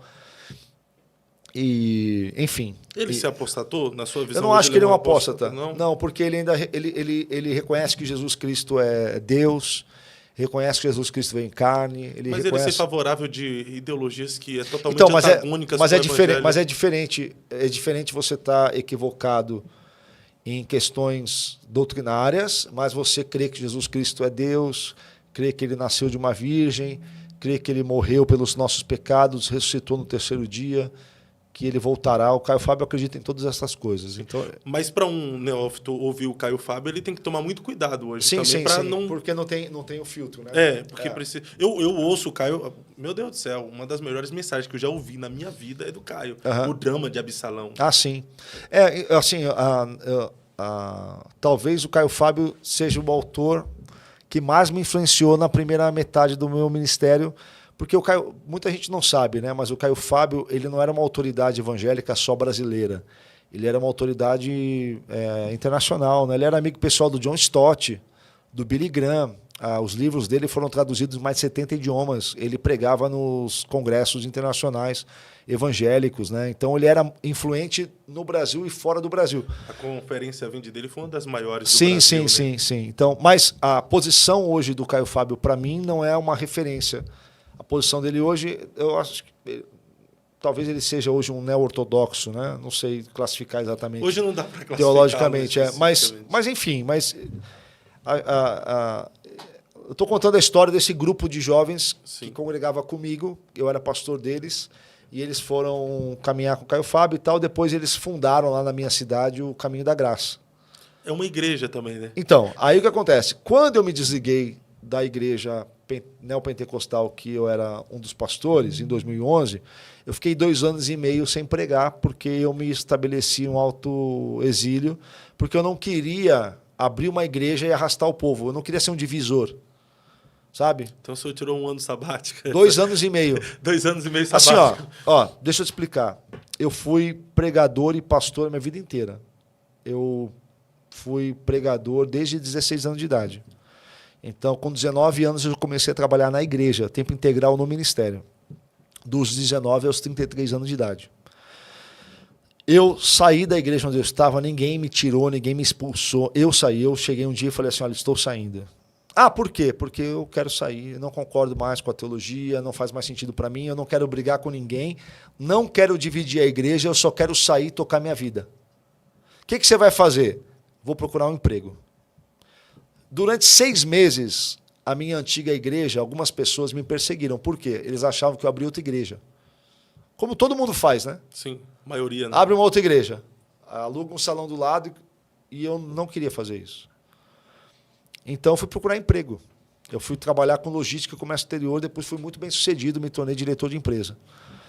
Mas eu fui procurar emprego, e aí, quando eu volto a pregar, mais ou menos em 2013, que eu voltei a pregar, e eu fui dar aula no Rio Grande do Sul, na escola de ministérios do Catch the Fire, e aí eu comecei a pregar em Diadema, em São Paulo, algumas pessoas me chamavam para pregar, e aí esse pessoal, esses rapazes que me respeitavam muito, Tiagão, vem pregar aqui para nós no Caminho da Graça. Eu fui pregar um domingo à noite lá.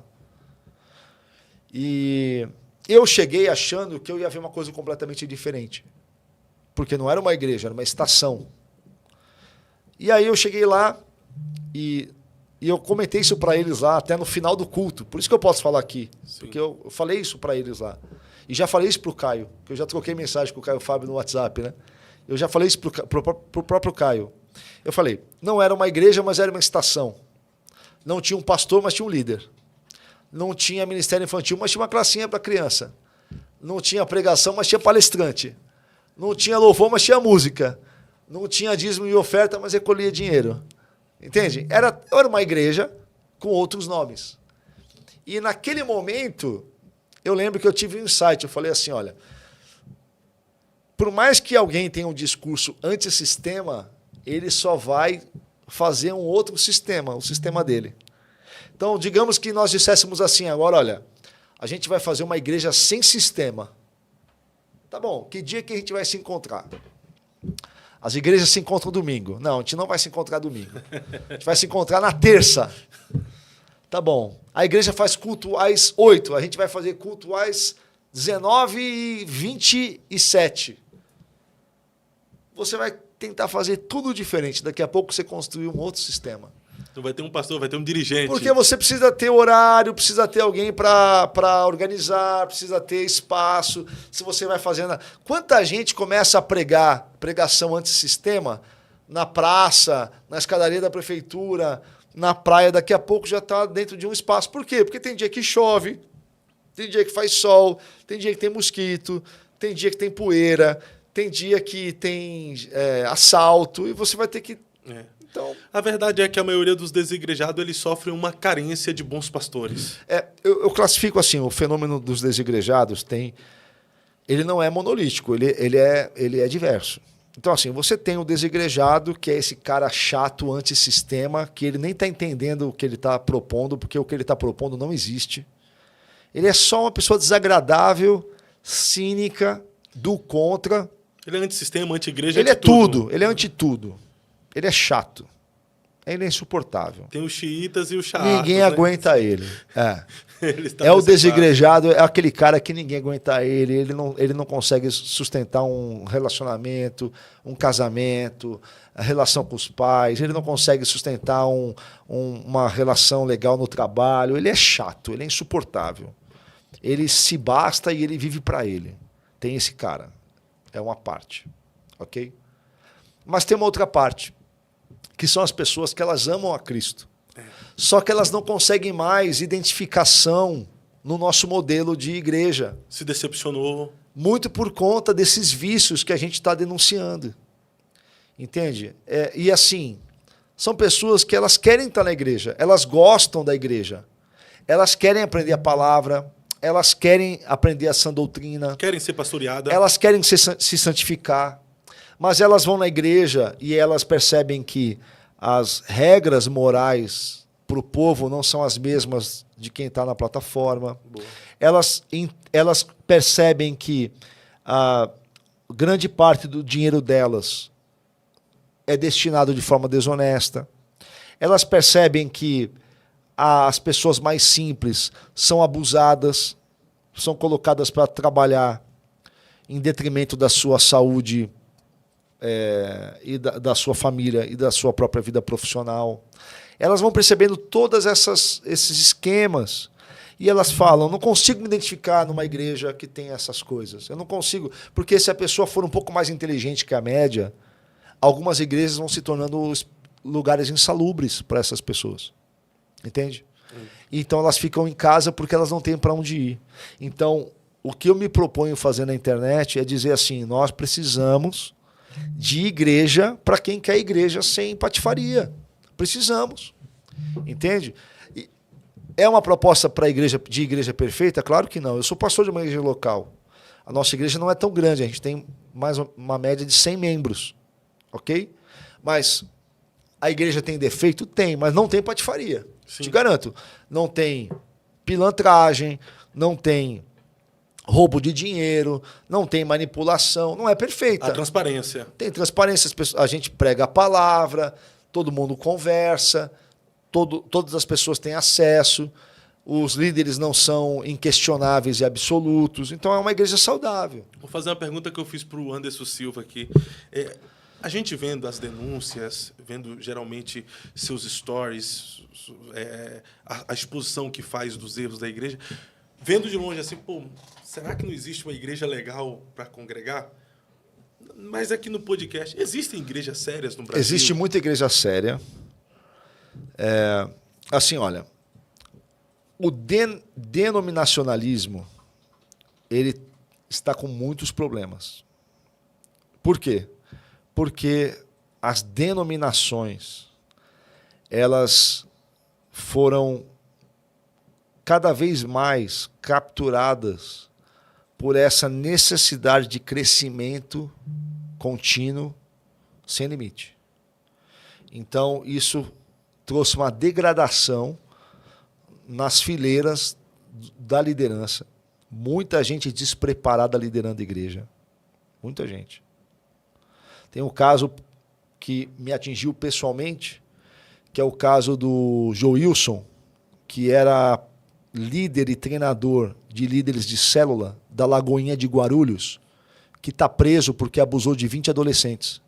E o pai de um dos adolescentes me chamou porque ele sabia que eu era de Santos. E ele disse, pastor, por favor, pesquise aí na sua cidade. Porque as informações que chegam para a gente em Guarulhos era que pastores da Baixada Santista sabiam que o Joilson tinha problema com pedofilia e não interromperam o ministério dele e enviaram ele para Guarulhos. E é verdade. Ele é irmão de uma pastora da Lagoinha, lá da Baixada Santista. Ele já tinha histórico de pedofilia.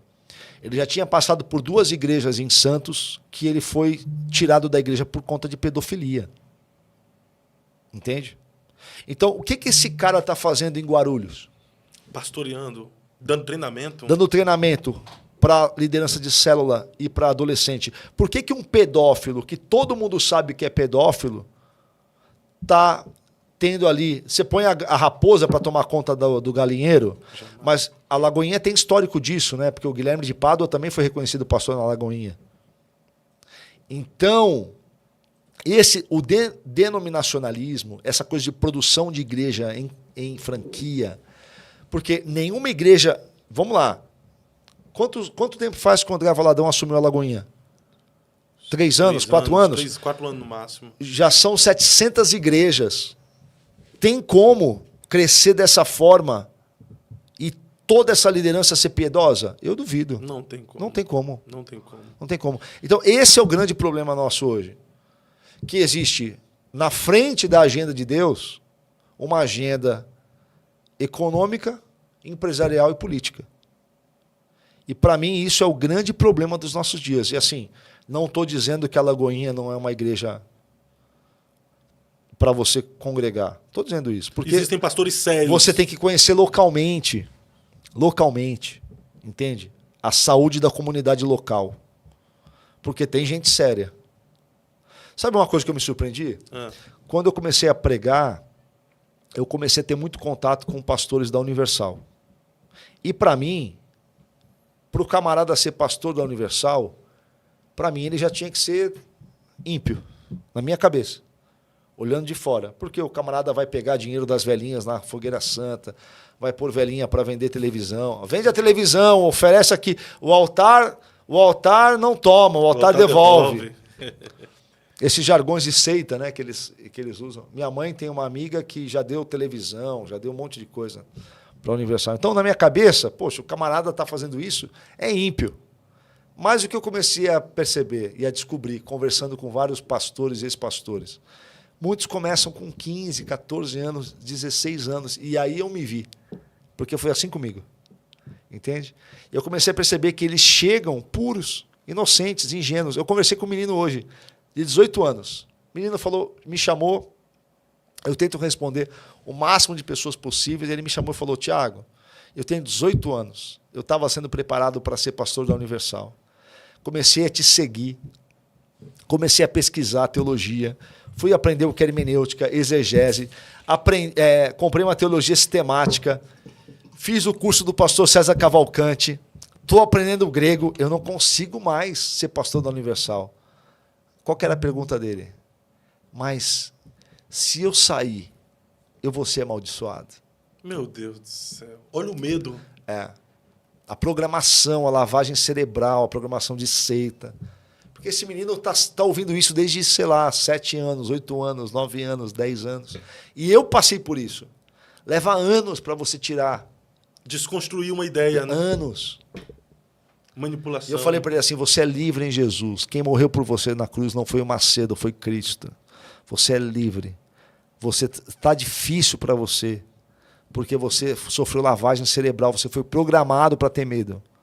Não tenha medo, acredite em Jesus, tenha fé em Jesus, você é livre. Mas as igrejas sérias existem, né, pastor? Então, e aí eu descobri que tem pastor crente até na Universal. Tem. Entende? Existem padres crentes, na verdade. Sim. Sim. Então, olha só, a pessoa, assim, é claro, se a pessoa assiste um Reels, um Story, talvez ela vai dizer, esse cara... Não, mas eu entendo que há piedade e gente piedosa em várias igrejas. Por exemplo, quando eu ainda era envolvido com muitas igrejas lá em Santos, hoje o pessoal não gosta muito de mim, por motivos óbvios. Atende a agenda nessa época, pastor? Os pastores que são meus amigos, eles não gostam de que os outros pastores saibam que eles são meus amigos lá em Santos. Mas, enfim, mas eu fui vice-presidente do Conselho Metropolitano da Baixada Santista. Isso 15 anos atrás. Eu fui precoce, né? Eu sou envolvido com o ministério desde muito jovem e eu era vice-presidente de um bispo da Renascer, do bispo Laerte. Hoje ele não é mais da Renascer. E ele é uma pessoa maravilhosa. Amo a vida dele até hoje. Ele está lá no Rio de Janeiro. Se ele estiver assistindo, um beijo para o bispo Laerte. E a última vez que eu tive com ele foi lá no Rio de Janeiro. A gente comemos um filé parmegiana lá em Vila Isabel. Mas enfim, ele era pastor da Renascer. E olha que naquela época a Renascer não estava como está hoje, né? Não tinha ainda o Mezuzá e essas patifarias todas, né? É uma referência na época Renascer, né? Nessa época já nem tanto, mas já estava esquisito. Estava descambando. E aí eu sentei com o bispo Laerte para tomar um café e eu perguntei, bispo, o senhor é tão crente, tão gente boa, tão de Deus, como é que o irmão consegue ficar na Renascer? Ela falou, Tiago, é o seguinte, eu era drogado, eu era perdido, minha vida era uma porcaria, e eu conheci Cristo na Renascer.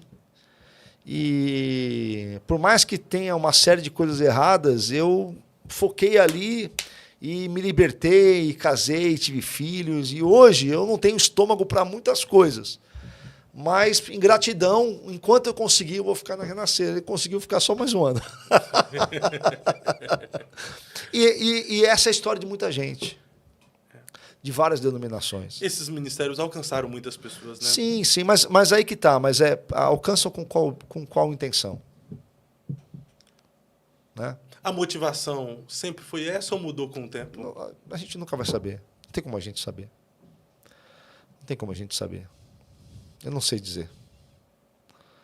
Não sei dizer. Não sei dizer se todos os donos de grandes empresas de religião são crentes. Eu temo dizer que muitos não são.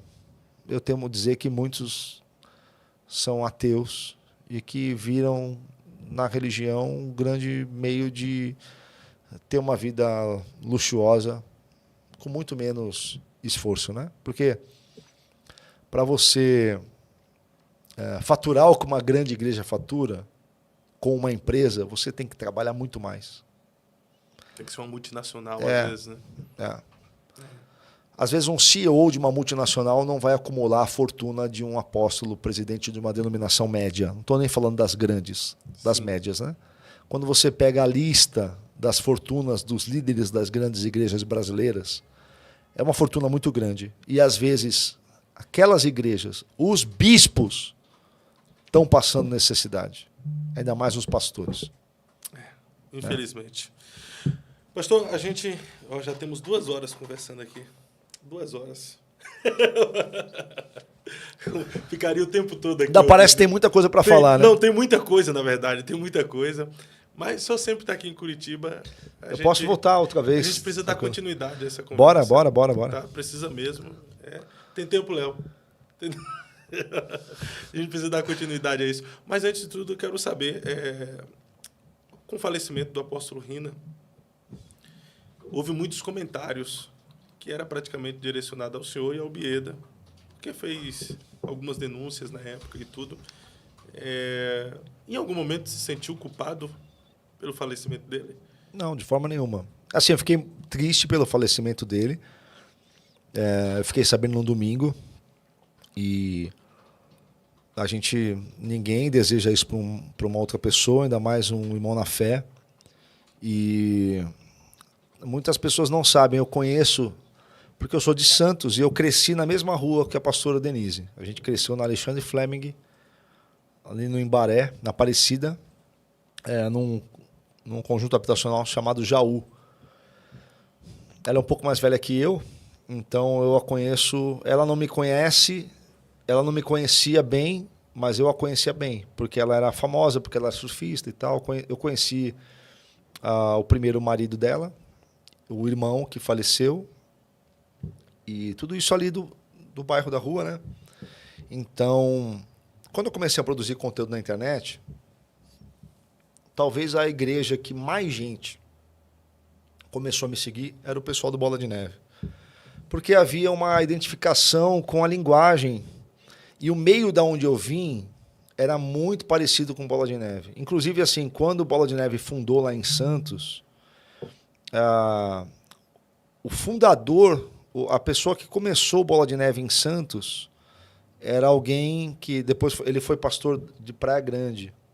E era alguém que tinha aceitado Jesus na igreja que eu era pastor. Não lembro se exatamente numa pregação minha ou do pai da minha esposa, que era meu pastor. Então, eu tive muito envolvimento ali. Eu preguei muitas vezes em Bola de Neve no início dos anos 2000, porque eu fiz parte daquele movimento ligado ao missionário Dan Duque. Eu fui da Associação Zadok de Ministros. E quando eu trouxe para Santos o David Quinlan, eu apresentei para o pessoal do Bola de Neve. Depois, através disso, ele começou a pregar e tocar no Bola de Neve e tal. Eu tive esse envolvimento assim, sabe, de conhecer. Sim. Eu lembro que em 2010 eu cantei num evento do Bola de Neve na Praia de Santos. Eu tinha uma banda, né? Era líder de jovens, tinha uma banda, cantei no evento. Então eu não tinha nada contra a igreja. Mas quando eu começo a produzir conteúdo apologético, falando das doutrinas do neopentecostalismo, começou a vir uma grande quantidade de audiência, vinha do pessoal do Bola de Neve. E isso produziu, dentro da liderança do Bola de Neve, uma aversão a mim, ao meu conteúdo. Então eu comecei a receber mensagens de que estavam falando coisas ao meu respeito dentro do Bola de Neve, algumas coisas mentirosas. E havia uma campanha de assassinato de reputação, até que chegou para mim um áudio de uma das esposas de um dos pastores do conselho dizendo que eu era satanista. Eu publiquei esse áudio, está no meu perfil. Então, antes de qualquer celeuma, antes de qualquer embate público da minha parte com relação a eles, eu estava sendo chamado de satanista e eu publiquei um áudio da esposa de um conselheiro me chamando de satanista. E chamar uma outra pessoa cristã de satanista, primeiro que é pecado. Jesus ensina que a gente não pode chamar o irmão de raca. Que isso você pode perder a salvação se você chama o irmão de raca. Então, assim, eu posso questionar a tua doutrina, a tua teologia, posso dizer que você tem comportamento de seita, posso falar um monte de coisa. Eu não posso falar que você não é irmão. Eu não sou Deus para saber. E não posso falar que você é do diabo, ou que você não é de Deus, ou que você é... Não, eu nunca falei essas coisas, né? Mas eu fui chamado de satanista. E aí, quando chegou para mim a situação que envolvia a pastora Denise Seixas, e que chegou para mim foi por meio do filho dela, o Natan, eu dei visibilidade, eu publiquei. Não sozinho, mas eu publiquei. Vídeo, áudio, e eu dei o meu canal para dar visibilidade para o assunto. E daí aquilo foi reverberar, né? E aí o apóstolo Rina fez um vídeo, e no vídeo ele falava algumas coisas ao meu respeito que não eram verdade, mas ele não citava meu nome, ele não citou meu nome. O vídeo está aí, está no YouTube, várias pessoas reproduziram. Ele fazia algumas acusações mentirosas a mim, sem citar meu nome, né? E o que eu fiz foi me defendendo. Mas não tinha, nunca da minha boca, do meu coração, saiu algum tipo de sentença de raiva ou de desejo que alguma coisa errada acontecesse. Pelo contrário, isso veio muito de lá para cá. Porque quando você faz um vídeo fazendo uma acusação a uma pessoa e você não dá o nome dela, é porque você não pode provar o que você está dizendo. Tudo que eu falei, eu provei, certo? Todas as acusações, tudo que nós falamos, a gente ia falando e mostrando as coisas, ou com depoimento, ou com documentos. As coisas que eu falei, algumas coisas que eu falei, eu ouvi pessoalmente da própria pastora Denise. Então, e eu fiz acreditando que eu estava defendendo uma mulher que estava sofrendo algumas coisas que uma mulher não deve sofrer do seu próprio esposo. Né? Então, assim, eu fiz isso de consciência limpa. E fiz isso com seriedade. Quando a coisa vinha de lá para cá, ela vinha numa turba muito grande, porque 550 igrejas, eu recebi todo tipo de ameaça, eu recebi... foram na minha casa de madrugada, sacudir minha porta. Não sei se foi gente da igreja, mas no meio desse tumulto. O Márcio sofreu também perseguição. Em outro nível, nós falávamos na internet, mas nós recebemos outro tipo de consequência. E, enfim. Então, eu entendo que algumas pessoas, no calor ali, na emoção, no luto, da tristeza, eu entendo que algumas pessoas possam, no momento de raiva, fazer algum tipo de acusação ou algum tipo de comentário nesse sentido, mas não acredito que isso seja uma coisa honesta e nem, não me afeta porque até onde eu sei, né, eu também até onde eu sei o que aconteceu foi um acidente de moto, né, de motocicleta, então eu não dirijo moto, não sou mecânico de moto. Há quem diz, na verdade, que o acidente veio depois de ter dado alguma coisa no coração, uma parada cardíaca. Não sei. Eu não tenho... Ninguém publicou laudo disso, ninguém publicou nenhum documento disso. Isso é só os comentários, né? São os boatos. Comentários, boatos. O que se sabe, até onde eu sei, que eu li no jornal, é que ele se acidentou dirigindo uma moto junto com um clube de moto, e a gente ficou muito triste com isso, obviamente. Ele é pai de 3 filhos, né? A gente não quer o mal de ninguém, mas eu também acho que qualquer tipo de comentário nesse sentido é completamente descabido, não tem o menor sentido. Não tem... Mas o senhor reconhece que, apesar dos pesares, ele deixou um legado extraordinário de plantação de igreja, de vidas que alcançou, né? Eu acredito que ele plantou igreja, pregou o evangelho, mas eu acredito também que já faz tempo que a coisa desandou, né? Já faz tempo, em questões de ordem doutrinária e outras coisas, né? Essa coisa toda da honra ao líder, né? Vários pastores que andam de moto Harley Davidson porque os discípulos eram constrangidos a fazer vaquinha para comprar moto para pastor, né? Então são coisas assim que não são boas, não faz bem para um homem de Deus, não faz bem para uma igreja. Enfim, e eu acho que a igreja a igreja tem obrigação de abraçar um líder que peca, mas tem obrigação de disciplinar, né?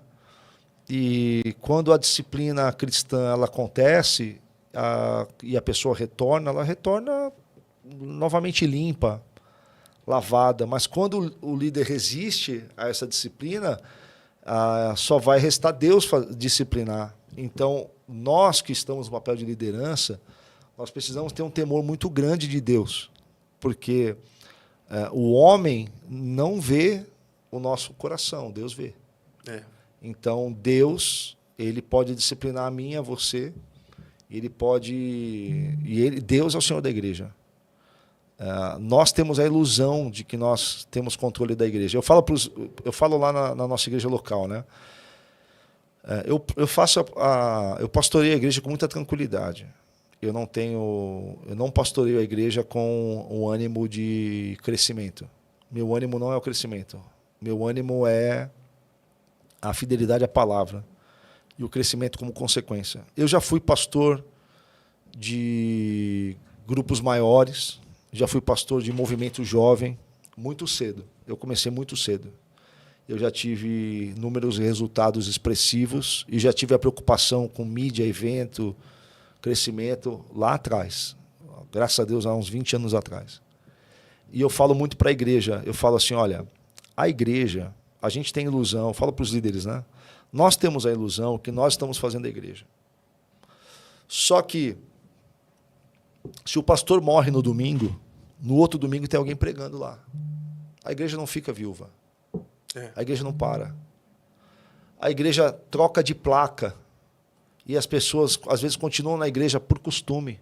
Não é nem, ela nem sabe, mudou a teologia, mudou a doutrina, mudou o estatuto. Tem gente que nem sabe o que está acontecendo. É ali que ela vai, ela continua indo ali. E se sente bem. E se sente bem. Então, a gente tem muito menos influência no que Deus está fazendo do que a gente imagina. Verdade. O nosso papel é não atrapalhar. Deus não faz através de nós, Deus faz apesar de nós. Então, todos nós... E assim, nós seres humanos somos ambíguos. Todos nós temos contradições. Todos nós temos erros e acertos. Todos nós temos qualidades e defeitos. Né? A única coisa que eu tenho muito temor a Deus é que Jesus adverte muito, muito, muito, muito, para você olhar o que você está fazendo aos pequeninos. É muito fácil você ser líder de uma coisa grande sem enxergar os pequenos. Entende? Muito fácil. Muito fácil. E é muito fácil você fazer uma máquina rodar, deixá-la grande, funcionando, dando resultado. Os métodos certos, é só olhar o que aconteceu com a Lagoinha em 4 anos. Quantas vezes ela se multiplicou. Eu sou formado em administração de empresas. E não aplico na igreja o que eu aprendi no meu curso. Mas, se você aplicar as técnicas de uma empresa numa igreja, ela vai crescer exponencial. Dá certo. Uhum. Se você souber como aperta, onde cobra. Só que Jesus faz uma advertência muito severa com relação a isso, em Mateus 20. Jesus fala assim, em Mateus 20, versículo 25, 26, 27 e 28. Jesus fala assim, nos reinos deste mundo, os príncipes deste mundo governam sobre os pequenos. Os maiores comandam os menores.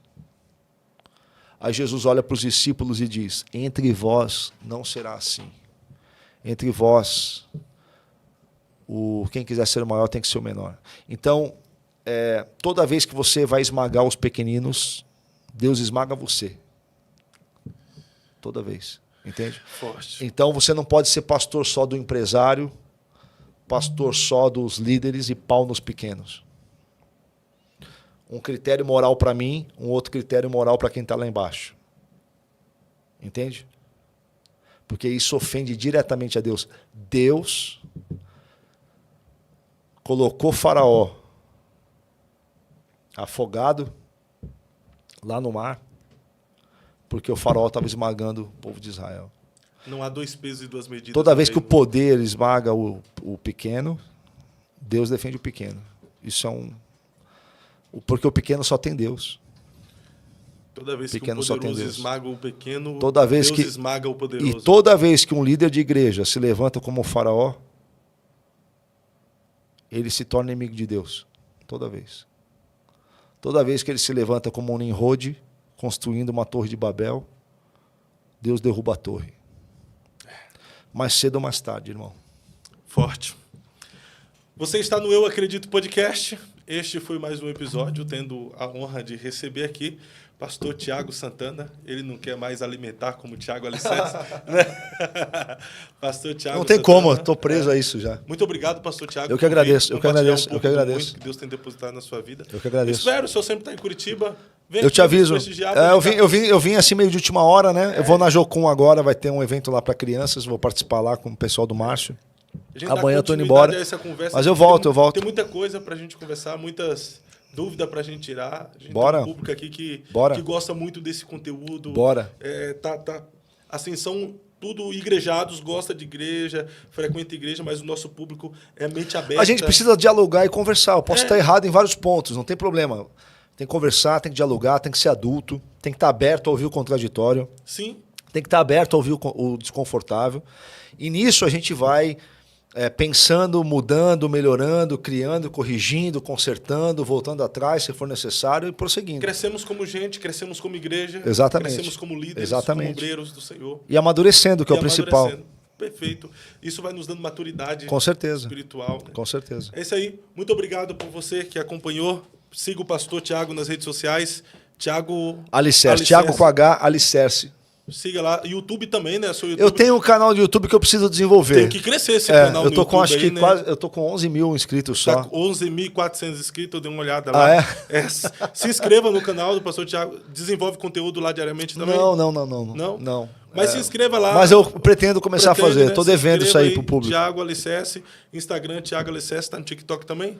TikTok, Thiago Alicerce, TikTok, Threads, Twitter, Facebook, Instagram. Acredito se tu colocando lá Alicerce, já vai aparecer um monte Pode de coisa do Thiago. Pode ser. É isso aí, nós vamos nessa. Amanhã, com a graça de Deus, nós estamos de volta.